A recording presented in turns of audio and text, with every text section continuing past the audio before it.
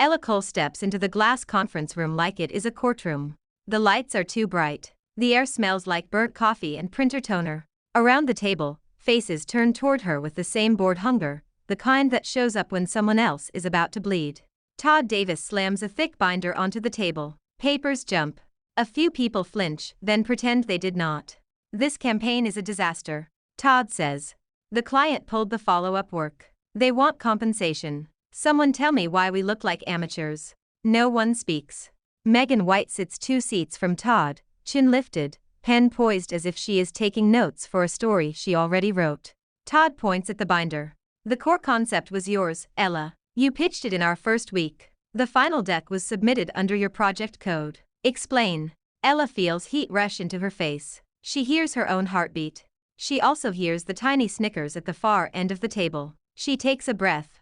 The concept was mine. The execution details were changed after I shared the draft. I did not approve the final submission. Megan laughs, sharp and light. Wow, that is a bold lie for a new hire. It is not a lie, Ella says. Her voice shakes. She hates that it shakes.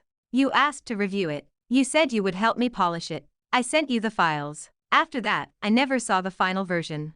Megan leans forward, eyes bright with practiced outrage. I gave you suggestions. That is what mentors do. You were excited, remember? You said you would handle the last pass and send it to Todd. Now you are blaming me because you missed a couple of details. A couple of details? Todd snaps. The market data was wrong. The legal disclaimer was missing. The launch date on the banner was a month off. That is not a typo. That is negligence. Ella looks down at the binder. She recognizes the first slide. Her headline is there. Her structure is there. Everything under it is warped, like someone took her work and used it as a mask. She looks up at Megan. I did not make those changes. Megan spreads her hands. So you are saying I sabotaged you? In front of everyone? That is insane. Someone mutters. New girl drama.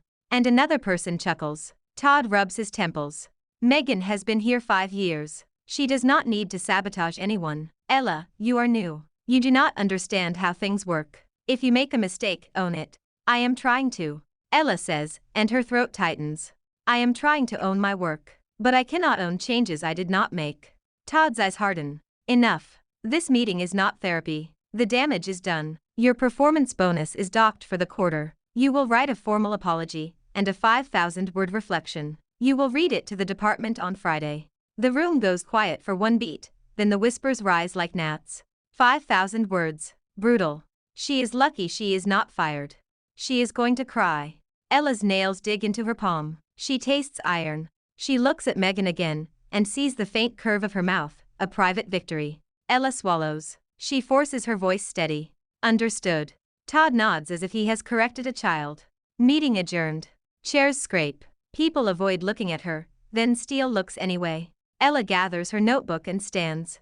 When she steps into the hallway, the noise of the office hits her like cold water. Lena. Someone calls behind her. Did you see that? Wild. Ella walks faster. At the elevators, Lena Rodriguez catches up, breathless. Lena is the kind of person who says good morning like she means it, even in a place that kills joy for sport. Lena presses a tissue into Ella's hand. Hey, I saw what happened. That was not you. Ella stares at the tissue like it is a lifeline. Her eyes burn. Everyone thinks I am incompetent. Everyone believes whoever speaks first. Lena says. Megan spoke first. Todd let her. That is the truth. Ella wipes her face quickly. Why would she do this? Because she can. Lena says. And because she saw your draft. It was good. Ella takes a long breath. The humiliation sits heavy in her chest, but under it, something colder forms. I am not going to fight her without proof. Ella says. Not yet. Lena nods slowly. So what do you do? Ella looks through the window wall at the city. New York moves without caring who is crushed. Yellow cabs slide by. People push forward. No one apologizes for the pace. I learn. Ella says. I get better. I get undeniable. She turns her head, meeting Lena's gaze. And when the next chance comes, I do not miss. Lena's smile is small but real.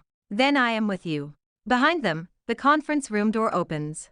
Megan walks out, laughing with 2 coworkers, as if nothing happened at all. Ella watches her go and memorizes the sound of that laugh. She will hear it again, she thinks. But next time, it will not mean victory. Friday arrives like a sentence. Ella stands in front of the department with a printed statement in her hands. The pages shake. She hates the shaking more than the words. She reads the apology out loud. She says, "I take responsibility."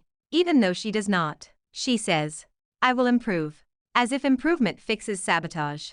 The room listens with the polite cruelty of people enjoying a spectacle they did not pay for. When she finishes, Todd claps twice. Good. Back to work. Megan smiles at her across the open floor. It is a smile that says, "Now you know your place." From that day on, Ella becomes the office ghost. She is there, but not included. Megan assigns her the tasks no one wants: printing decks at midnight, formatting spreadsheets, booking conference rooms, ordering lunch for clients who do not learn names. Make sure the salads have dressing on the side. Megan says one afternoon. And do not mess it up. We cannot afford another incident. Ella nods. Sure. She takes the order. She brings the food. She keeps her face blank. After work, when the office empties, she stays. The kitchen lights buzz. The city outside is a grid of glowing windows. Ella opens her laptop and does what no one sees. She reads industry reports until the words blur. She watches case studies on mute. She builds spreadsheets that track campaign lift by channel and demographic. She teaches herself tools that Todd praises in meetings without understanding. She practices client calls by recording her own voice and listening for weak points. At first, anger fuels her. The memory of the meeting, the smirk, the whispers. Then anger becomes something quieter and steadier, a kind of discipline. One night, Lena finds her in the kitchen, surrounded by printouts. "You are still here?" Lena asks. Ella looks up, startled. "I lost track of time." Lena sets down a coffee. "You do not have to punish yourself." "I am not punishing myself," Ella says. "I am preparing." "For what?" Ella taps a chart on her screen. "For the day someone cannot ignore the numbers." Lena sits across from her. Megan is not just mean. She is strategic. She has friends. She knows how to make Todd look good. That matters here. "I know," Ella says. "That is why I am not swinging in the dark." Lena studies her. "So you are waiting." "I am building," Ella corrects. The weeks turn into months. Ella watches how projects move through the company. She notices who approves budgets, who controls vendor lists, who sends the final emails. She notices how Megan always makes sure her name is on the visible parts, and how she pushes messy work down to others. Ella starts to collect small things: email threads, version histories, file timestamps. Not to revenge herself today, but to know the terrain. One afternoon, Megan drops a stack of survey reports on Ella's desk. "Summarize these by tomorrow. I need the insights for my pitch." Ella looks at the stack. "There are 30 reports." Megan shrugs. "Then you should start now. If you cannot handle it, maybe this job is not for you." Ella smiles softly. "I will handle it." That night, she reads every report. She builds a clean summary with bullet points that connect patterns across cities. She adds a final page with a suggested creative angle that is not in the reports, but is supported by them. The next morning, Megan flips through the summary, eyes narrowing. "You wrote this?" "Yes," Ella says. Megan slides the final page out and places it on top. "Good. You are learning to be useful." Ella watches her walk away with the work, and for a moment, the old rage flares. Then she exhales. She opens a new folder on her computer and saves a copy of the document with metadata. She sends a version to herself from her personal email, just in case. Lena peeks over her cubicle wall. "You okay?" Ella nods. "I am fine." But inside, she makes a promise. No more work disappears without a trail. No more credits stolen without receipts. And when the next big project comes, she will not be the one carrying the blame in silence. She will be the one holding the steering wheel. In early spring, a company-wide email hits inboxes like a thunderclap. A new global client. A luxury brand with impossible standards. A launch window that cannot move. A budget that looks big until you realize how fast it burns. In the department meeting, Todd stands taller than usual. He loves an audience.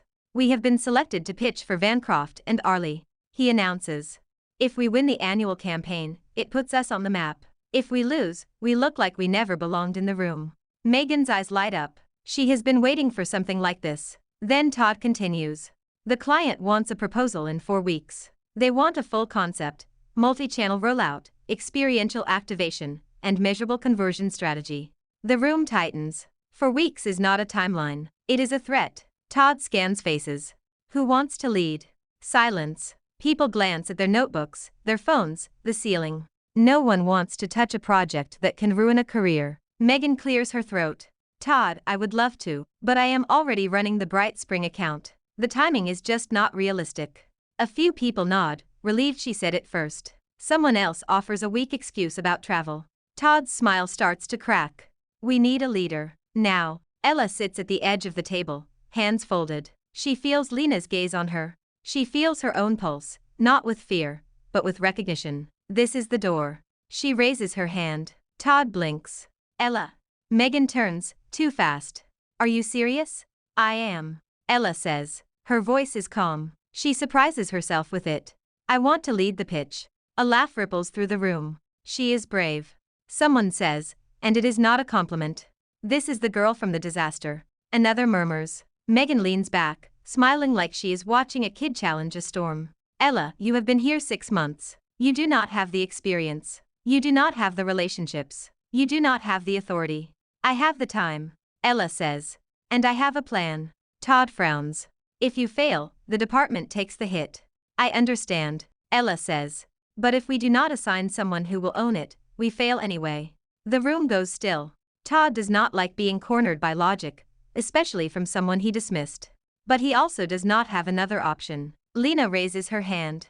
I will support her. I can handle client comms and logistics. Todd looks between them. Fine. You lead the internal team. Lena, you support. Megan, you will provide any historical data and vendor contacts they request. Megan's smile stiffens. Of course. After the meeting, Megan catches Ella by the elevators, her voice low. You think this is your comeback story? Ella meets her eyes. I think it is work.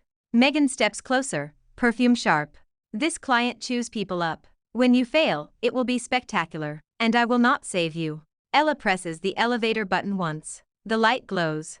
I am not asking you to save me, Ella says. The doors open. Ella steps in. Megan does not follow. She watches Ella like she is watching a car roll toward a cliff. Lena joins Ella in the elevator, whispering. You sure about this? Ella looks at the floor numbers rising. No, but I am ready to be sure. Over the next days, Ella moves like someone with no spare breath. She schedules interviews with sales staff at luxury boutiques. She pulls data on Gen Z purchasing behavior. She studies the brand's history, its failures, its rare successes. She builds a campaign idea around tension, heritage meets street culture, elegance meets rebellion, the quiet luxury of the past meets the loud reality of the present. The concept feels dangerous, which is why it feels right. She forms a small team, a designer, a media buyer, a data analyst, people who have been overlooked and are hungry. Todd barely checks in. Megan offers help in the form of outdated vendor lists and vague warnings. One evening, the media buyer pings Ella. The contact Megan gave us does not exist. Ella stares at the message, then opens her folder. She finds the email Megan sent.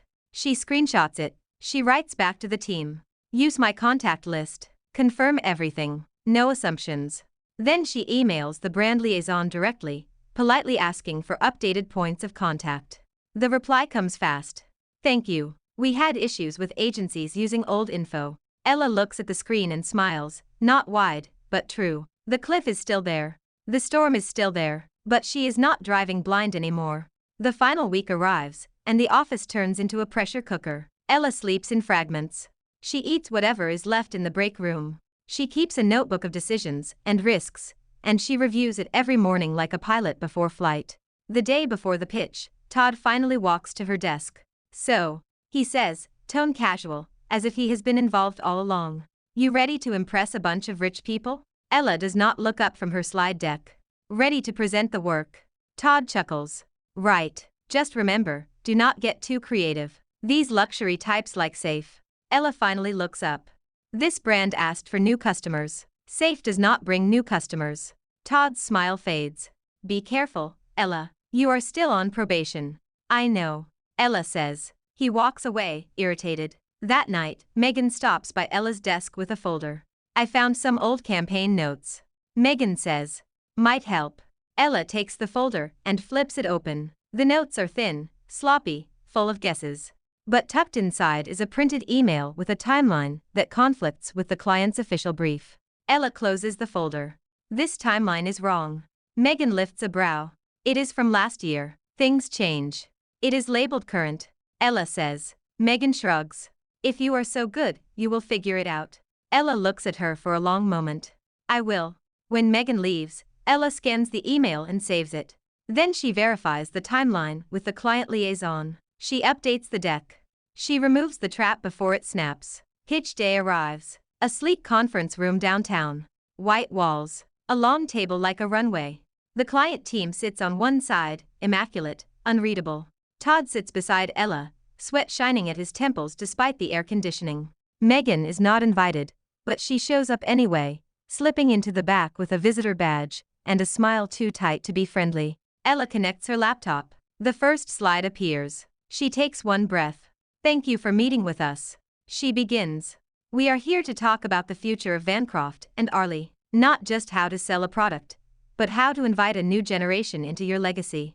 The room stays still. Ella moves through the story. She shows the brand history like a spine. Then she shows the modern consumer like a wave. She connects them with a concept called the Contrast Collection, an integrated campaign that pairs classic motifs with modern artists, physical experiences with digital immersion. She does not ask permission for boldness. She supports it with data. She shows a pop-up gallery in Brooklyn that uses projection mapping to turn heritage designs into street art. She shows a virtual showroom that lets users customize pieces and share them in short videos. She shows partnerships with selective creators, not influencers who sell anything, but tastemakers with credibility.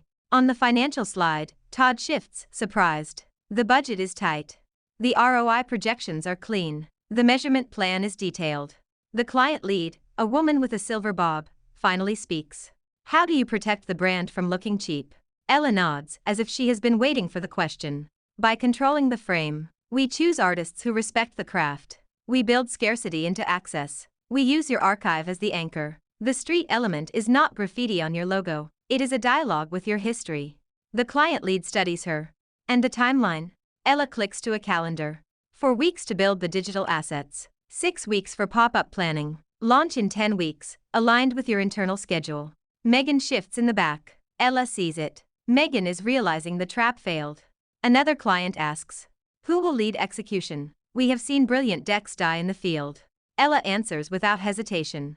I will, and I will provide weekly reporting. If an asset slips, you will know before it becomes a problem. We will not hide behind presentations.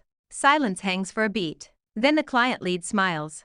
This is the first proposal today that sounds like it can actually happen. She says. Todd exhales loudly, like he has been underwater. The client lead turns to her team, murmurs, then looks back at Ella.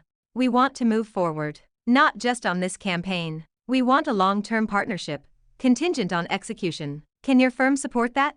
Ella keeps her face calm even as her chest floods with relief. Yes. The client lead extends her hand. Then congratulations. Applause breaks out, restrained but real. Todd claps too hard. Someone from another agency watches with a tight jaw. In the back, Megan stands frozen. Ella closes her laptop and finally allows herself one small smile. Not at Megan, at herself. Because for the first time in this building, she is not surviving, she is leading. The office treats success like a holiday, but only for the right people. On Monday, Todd walks through the floor like a parade marshal. Great job, team. He announces. We really pulled together. He says. We. As if he did not nearly abandon the project. He pats Ella on the shoulder in front of others, turning her into a trophy. Be sure to mention Todd's leadership when you talk to anyone. Megan murmurs as Ella passes her desk. Ella stops. I will mention the work. Megan's eyes narrow. Do not get arrogant. Ella leans in slightly, voice quiet. Do not get careless. Megan flinches, just a fraction. Later that week, an email arrives from the executive suite. Subject, meeting request. Ella reads the sender twice. Samuel Wright, the CEO. Todd bursts into her cubicle 10 minutes later, eyes shining. He wants to see you. Oh, okay. This is big. Remember to credit the department. Credit me. Be humble. Ella nods, expression neutral. Inside, her stomach twists. She takes the elevator to the top floor. The carpet gets thicker the higher she goes. The walls get quieter. Samuel's assistant ushers her into a spacious office with a view over Midtown. Samuel Wright stands by the window, hands in pockets, suit crisp, posture relaxed like he owns the air. He turns when she enters. His eyes are sharp, but not cruel. Measuring, not mocking. "Ms. Cole," he says. "Sit." Ella sits. Samuel does not waste time. "I watched your pitch recording." Ella keeps her hands folded. "Thank you. I also read the internal notes." Samuel says. "They said you were the lead. They also said you were the least likely person to be the lead." Ella's throat tightens. She does not know if this is praise or warning. Samuel continues. "In this company, people confuse tenure with skill. It is convenient. It makes them feel safe. You did not play safe." Ella chooses her words carefully. "The client did not ask for safe." Samuel's mouth curves. "Exactly."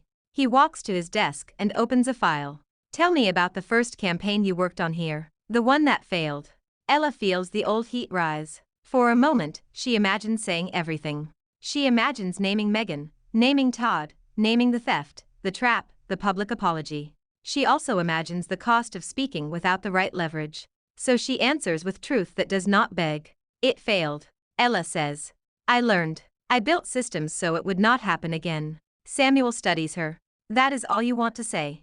Ella meets his gaze. "It is what matters most right now." Samuel nods slowly, as if he understands exactly what she is doing. He closes the file. "I am starting a leadership development track for high-potential staff. It is selective. It comes with training, cross-department access, and direct sponsorship." Ella breathes in. "You are offering it to me?" "I am." Samuel says. "You have two things I value, capability and composure under unfair pressure." Ella's hands relax slightly. "Thank you." Samuel leans back.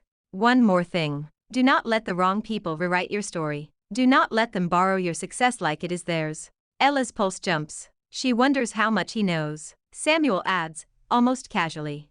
"If you ever need to document patterns, do it properly, quietly, thoroughly." Ella nods once. "I understand." When she leaves the office, she feels taller. Not because Samuel made her taller, but because someone finally saw what she carried. Back downstairs, Megan corners her near the copy room. "I heard the CEO met with you." Megan says. "Lucky. He likes a hero story." Ella looks at her. Megan's makeup is perfect. Her smile is not. "It is not luck," Ella says. Megan scoffs. "You think you can take my place?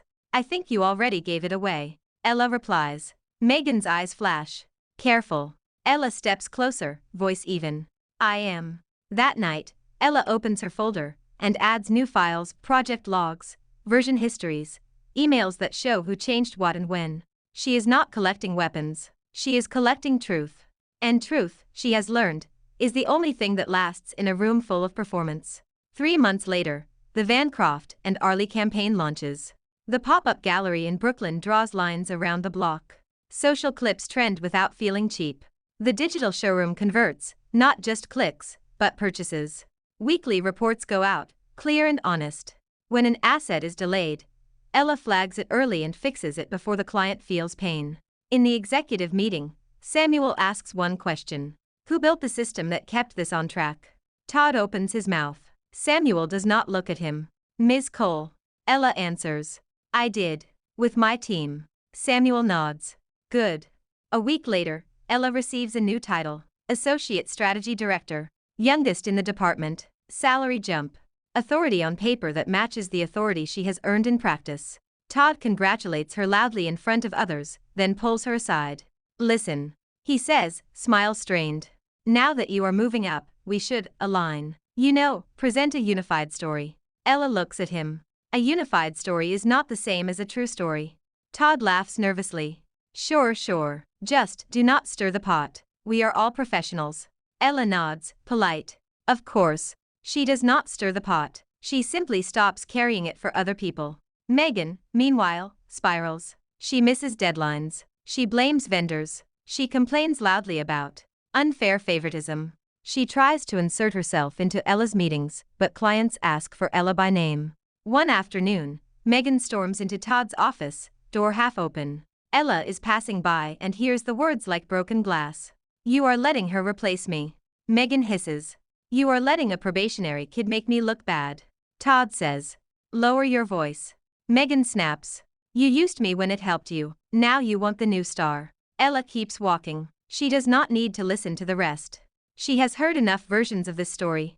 2 weeks later, HR schedules a meeting with Megan. Then another. Then another. An internal audit reviews file access on the campaign that failed months ago. The version history is clear. The edits came from Megan's login. The submission email came from her device, sent under Ella's project code. Todd tries to claim it was a misunderstanding. HR does not smile. On a Friday afternoon, Megan is called into a small room with 2 HR reps and a legal advisor. She exits 20 minutes later carrying a box. Her face is pale. Her eyes are dry. She walks to Ella's desk like someone who cannot accept the floor is real. I am leaving. Megan says. Ella stands. I heard. Megan swallows. Did you do this? Ella considers the question. She could say I did. She could say you did. She chooses honesty. I documented what happened. Ella says. I did not invent it. Megan's jaw trembles. I was trying to survive here. So was I. Ella replies. Megan looks at her, and for a second, she looks older than 30. Tired, not just angry. I did not think you would last. Ella nods. Neither did you.